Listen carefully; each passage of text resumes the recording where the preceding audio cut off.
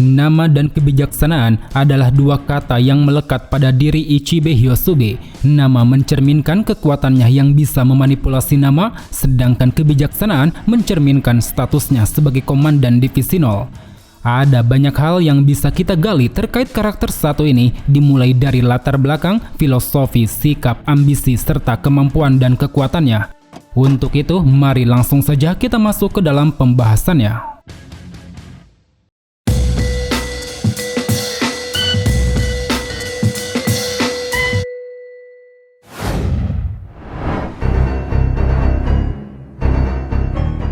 Lahir 1 Januari, status Shinigami, ambisi melindungi Soul King.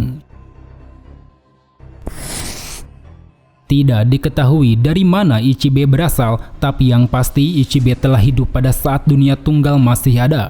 Dia menyaksikan bagaimana dunia tunggal mengalami kekacauan, menyaksikan bagaimana Soul King meredakan semua masalah, menyaksikan bagaimana 5 bangsawan agung menjadikan Soul King sebagai pasak dunia, dan juga menyaksikan bagaimana proses dunia tunggal berubah menjadi 3 dunia.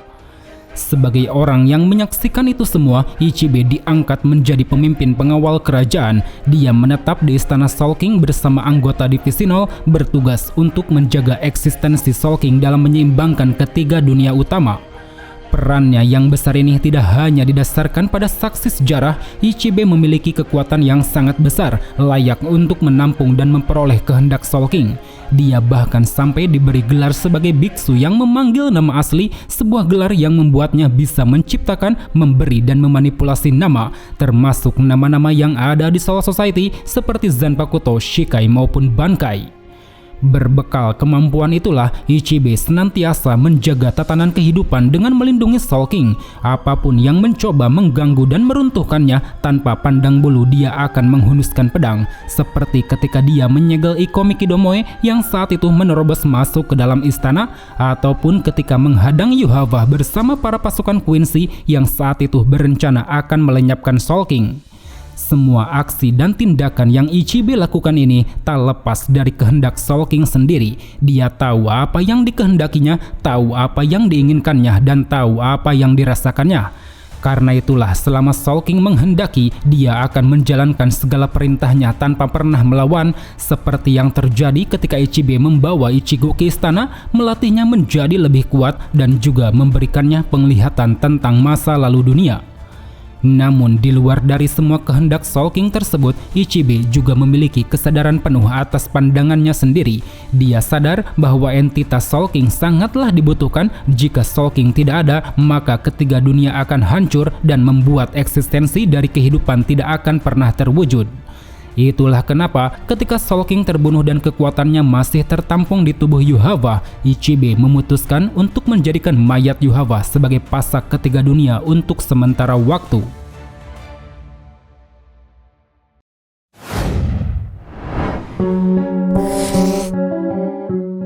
Ambisinya dalam menjaga Soul King tidak hanya berlandas pada kehendak Soul King saja, tetapi Ichibe juga berperan dalam menentukan kehendaknya sendiri. Itu bisa dilihat dari filosofi yang dia bawa, yaitu nama dan kebijaksanaan.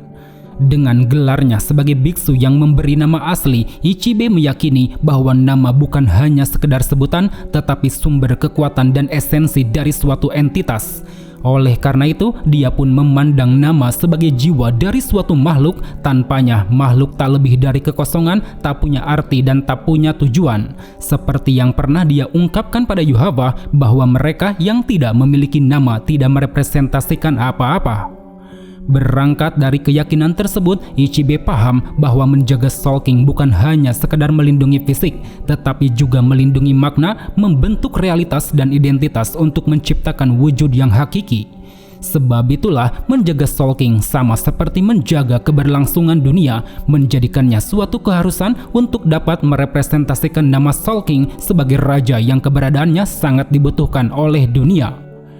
Pemahamannya terhadap eksistensi nama ini telah mendobrak lapisan luar Ichibe sebagai sosok yang ceria.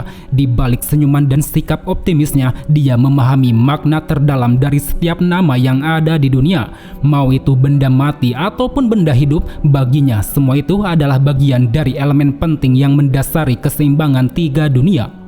Maka tidak heran selama ini Ichibe hanya fokus menjaga Soul King. Selama Soul King tidak terganggu, dia terus berdiam diri di istana tanpa ikut campur ke dalam masalah yang terjadi di ketiga dunia.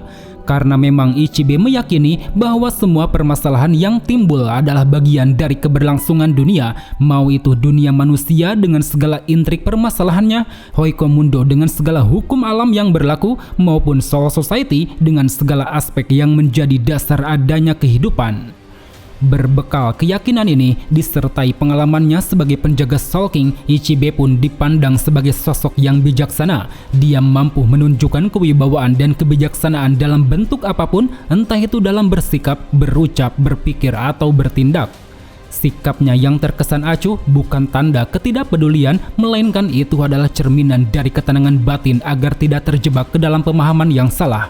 Perilakunya yang terkesan semena-mena bukan tanda sebuah kekuasaan, tetapi itu adalah bentuk dari ketegasan dan otoritasnya sebagai pemimpin pengawal kerajaan.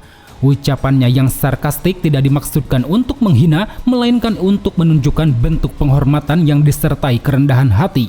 Senyumannya saat bertempur bukan tanda kesenangan, melainkan ekspresi dari pemahaman mendalam bahwa kematian dan kehidupan adalah bagian dari siklus alami. Demikian juga musuh-musuh yang dia hadapi tidak dianggap sebagai lawan individu, tetapi sebagai elemen dari tatanan dunia yang harus diatur, disingkirkan, atau dibentuk ulang sesuai dengan keseimbangan yang telah Soul King jaga.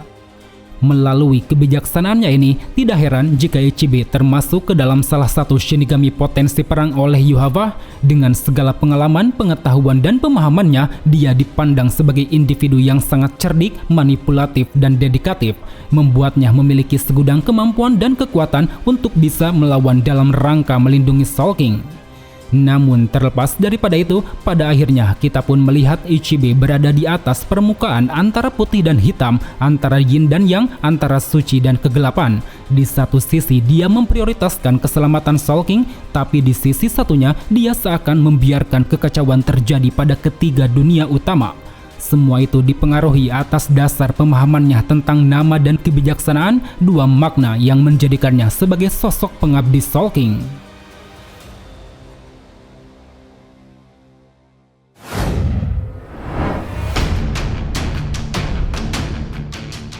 Selaku pemimpin Divisi 0, Ichibe telah mendapat kepercayaan dari berbagai kalangan, mau itu dari para kaum bangsawan, Gotei 13, atau bahkan Soul King itu sendiri.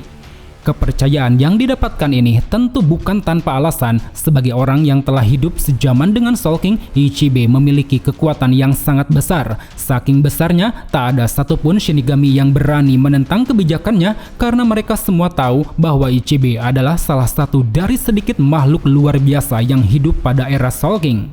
Bukti dari diakuinya kekuatan ini bisa kita lihat dari bagaimana Soul King memberikannya berbagai akses kemampuan, seperti kemampuannya yang bisa memberikan nama, kunci raja atau oken yang membuatnya bisa keluar masuk istana dengan bebas, dan juga penglihatannya yang luas dalam memahami kehendak Soul King. Untuk mengetahui kemampuan apa saja yang dimiliki Ichibe Hyosube, mari langsung saja kita masuk ke dalam 3 bagian pembahasan, yaitu kekuatan spiritual, kekuatan nama, dan juga kekuatan Zanpakuto.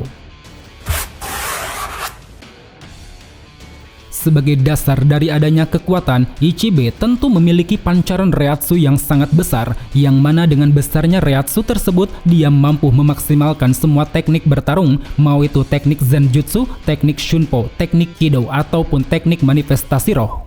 Dari teknik Zenjutsu, Ichibe sangat terampil dalam memainkan ayunan Zanpakuto, sampai-sampai dia sendiri mampu memojokkan Yhwach dalam duel adu berpedang. Dari teknik Shunpo, Ichibe memiliki pergerakan yang sangat cepat, dia bahkan sampai mampu melesat sejauh 1000 ri hanya dalam hitungan detik saja. Dari teknik Kido, meski hanya merapalkan nama tekniknya, Ichibe mampu mengeluarkan teknik Kido rahasia Urahado Sanodo, yang mana dengan teknik inilah dia pun sanggup menghancurkan pertahanan kokoh Blood Fan Anhaben milik Yhwach. Dan terakhir, dari teknik manifestasi roh, Ichibe mampu memunculkan sebuah roh besar yang menyerupai tangan dan kakinya. Melalui kekuatan roh tersebut, dia sanggup melayangkan serangan kuat dengan daya hancur sangat besar pada Yhwach. Di samping itu semua, Ichibe juga memiliki ketangguhan fisik yang sangat hebat. Hal itu bisa dilihat dari bagaimana dia mampu mentolerir rasa sakit, membalikkan efek penyerapan Yuhava dengan cara melenturkan otot-otot hingga memecah pembuluh darah. Atas gelarnya sebagai Manako Osho, Ichibe telah diberkahi kekuatan oleh Soul King untuk dapat memberikan nama pada setiap makhluk hidup.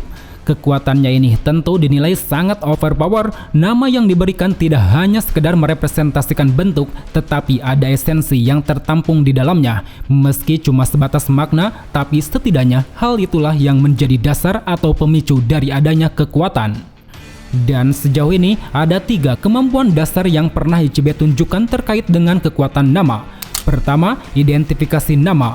Di sini Ichibe mampu menentukan sebuah nama asli pada semua hal, seperti nama setiap Zanpakuto, nama pelepasan Shikai, atau bahkan nama pelepasan Bankai. Dengan kemampuan ini, Ichibe tentu mengetahui segalanya tentang nama Zanpakuto, terkecuali nama teknik. Dia mengetahuinya sejak masih dalam mode Asauchi, tepat ketika diberikan pada Shinigami. Kedua, kutukan nama. Sadar bahwa nama adalah sesuatu yang penting, Ichibe bisa memberi kutukan pada namanya sendiri. Siapapun mereka yang tidak layak menyebut namanya, maka tenggorokan orang tersebut akan hancur dan tak bisa berucap apa-apa. Ketiga, rekonstruksi diri. Ketika tubuhnya hancur, Ichibe masih bisa hidup jika namanya disebut oleh seseorang. Hal itu dilakukan dengan mencuri sedikit kekuatan dari orang yang menyebut namanya untuk dapat merekonstruksi ulang tubuh. Selain itu, selama masih berada di dalam istana, Ichibe juga bisa membangkitkan kembali para anggota Divisi Nol dari kematian.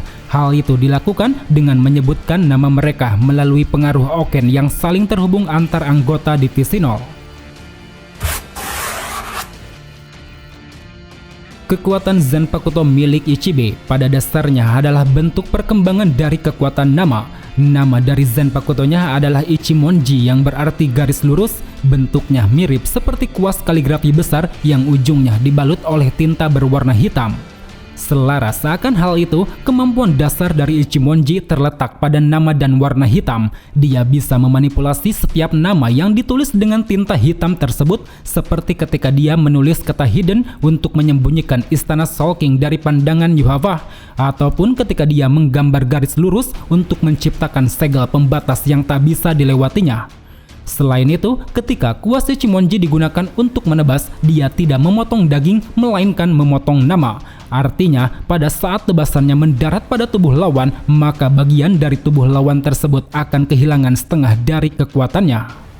Di samping semua kemampuan dasarnya ini, Ichimonji juga memiliki pelepasan Shikai. Nama dari pelepasannya adalah Kurameyo yang berarti hitamkan. Ujung pedang yang tadinya berbentuk kuas, kini berubah menjadi sebilah mata pisau tajam.